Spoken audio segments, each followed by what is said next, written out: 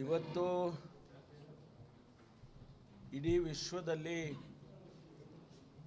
ಬಾಬಾ ಸಾಹೇಬ್ ಅಂಬೇಡ್ಕರ್ ಅವರ ಜಯಂತಿಯನ್ನು ಆಚರಣೆ ಮಾಡ್ತಾ ಇದ್ದಾರೆ.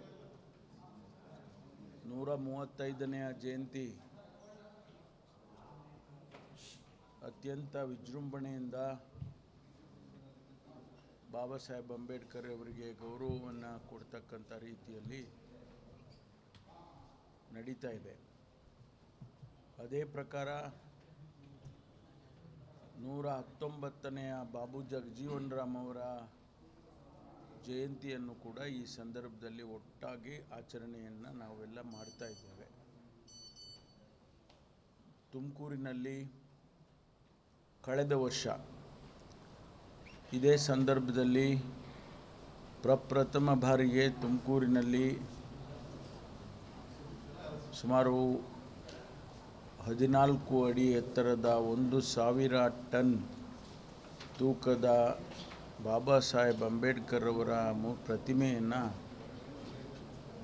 ಒಂದು ಚರಿತ್ರಾರ್ಹವಾಗಿ ಸ್ಥಾಪನೆ ಮಾಡುವುದರ ಮೂಲಕ ಆಚರಣೆಯನ್ನು ಮಾಡಿದ್ದು. ಅದೇ ರೀತಿ ಇವತ್ತು ಕೂಡ ಅಷ್ಟೇ ವಿಜೃಂಭಣೆಯಿಂದ ಇವತ್ತು ಆಚರಣೆಯನ್ನು ಮಾಡ್ತಾ ಇದ್ದೇವೆ.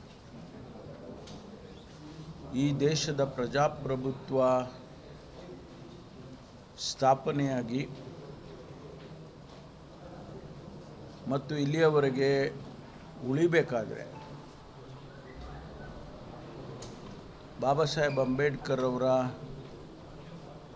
ಅವರ ಅಡಿಪಾಯ ಕಾರಣ ಅಂತ ಹೇಳಿ ನಾನು ಈ ಸಂದರ್ಭದಲ್ಲಿ ಹೇಳ್ತೇನೆ. ಯಾರು ನೊಂದವರಿದ್ದರು, ಯಾರು ಧ್ವನಿ ಇಲ್ಲದೆ ಇರೋರಿದ್ದರು, ಯಾರು ಶೋಷಿತರಿದ್ದರು, ಎಲ್ಲರಿಗೆ ಸಮಾನತೆಯನ್ನು ಕೊಡ್ತಕ್ಕಂಥ ದೃಷ್ಟಿಯಿಂದ ತನ್ನ ಸ್ವಂತ ಅನುಭವವನ್ನು ಕೂಡ ಅವರು ಬಹುಶಃ ನೆನಪಿಸಿಕೊಂಡು ಸಂವಿಧಾನವನ್ನು ರಚನೆ ಮಾಡಿ ಕೊಟ್ಟಿದ್ದಾರೆ. ಪ್ರತಿಯೊಬ್ಬ ಭಾರತೀಯನಿಗೂ ಕೂಡ ಹಕ್ಕುಗಳನ್ನು ಕೊಟ್ಟಿದ್ದಾರೆ. ಜೊತೆಯಾಗಿ ಕರ್ತವ್ಯವನ್ನು ಕೂಡ ನೆನಪು ಮಾಡಿ ಕೊಟ್ಟಿದ್ದಾರೆ. ಈ ವಿಶೇಷತೆ ಬಹುಶಃ ಪ್ರಪಂಚದ ಯಾವುದೇ ರಾಷ್ಟ್ರಗಳಲ್ಲಿ ಇರಲಿಕ್ಕೆ ಸಾಧ್ಯ ಇಲ್ಲ. ಹಾಗಾಗಿ ಇವತ್ತು ಅವರ ಜಯಂತಿಯನ್ನು ಕೂಡ ಆಚರಣೆ ಮಾಡ್ತಾ ಇದ್ದೇವೆ. ಮತ್ತು ಜಗಜೀವನ್ ರಾಮ್ ಅವರು ಭಾರತ ಸಂಕಷ್ಟದಲ್ಲಿರುವಂಥ ಸಂದರ್ಭದಲ್ಲಿ ಈ ದೇಶ ಸುಭದ್ರವಾಗಿ ಇರಬೇಕು ಅನ್ನುವಂಥ ದೃಷ್ಟಿಯಿಂದ ಅವರು ರಕ್ಷಣಾ ಸಚಿವರಾಗಿ ಮತ್ತು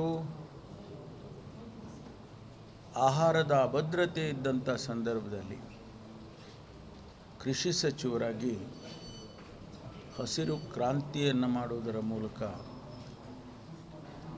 ಆಹಾರದ ಸ್ವಾವಲಂಬನೆಯನ್ನು ಮಾಡಿಕೊಟ್ಟಂಥವರು ಬಾಬು ಜಗಜೀವನ್ ರಾಮ್. ಅವರ ಜಯಂತಿಯನ್ನು ಕೂಡ ಇವತ್ತು ನಾವು ಹಮ್ಮಿಕೊಂಡಿದ್ದೇವೆ.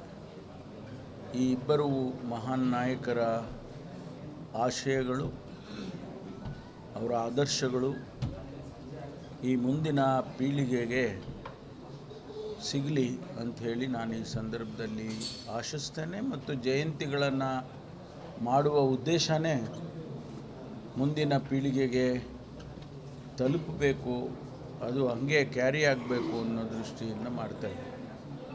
ತುಮಕೂರಿನಲ್ಲಿ ಇವತ್ತು ಜಿಲ್ಲಾ ಆಡಳಿತದ ವತಿಯಿಂದ ಮತ್ತು ಸಾರ್ವಜನಿಕರ ವತಿಯಿಂದ ಈ ಇಬ್ಬರ ಜಯಂತಿಯನ್ನು ನಾವು ಆಚರಣೆ ಮಾಡ್ತಾ ಇದ್ದೇವೆ.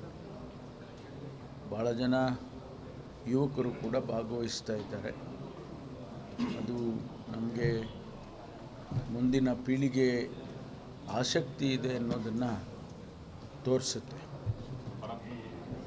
ಪರಪ್ಪನಗರ ಜೈಲಿಗೆ ಕಳೆದ 15 ದಿವಸಗಳಿಂದ 44 FIRಗಳು ದಾಖಲಾಗಿತ್ತು. ಅಂದರೆ ಅಲ್ಲಿ ಕೈದಿಗಳಿಗೆ ಗಾಂಜಾ ಮತ್ತು ಮೊಬೈಲ್ಗಳು ಸಪ್ಲೈ ಮಾಡ್ತಿದ್ರೆ ಅನ್ನೋ ಒಂದು ಆರೋಪ ಕೇಳ್ಬೋದು.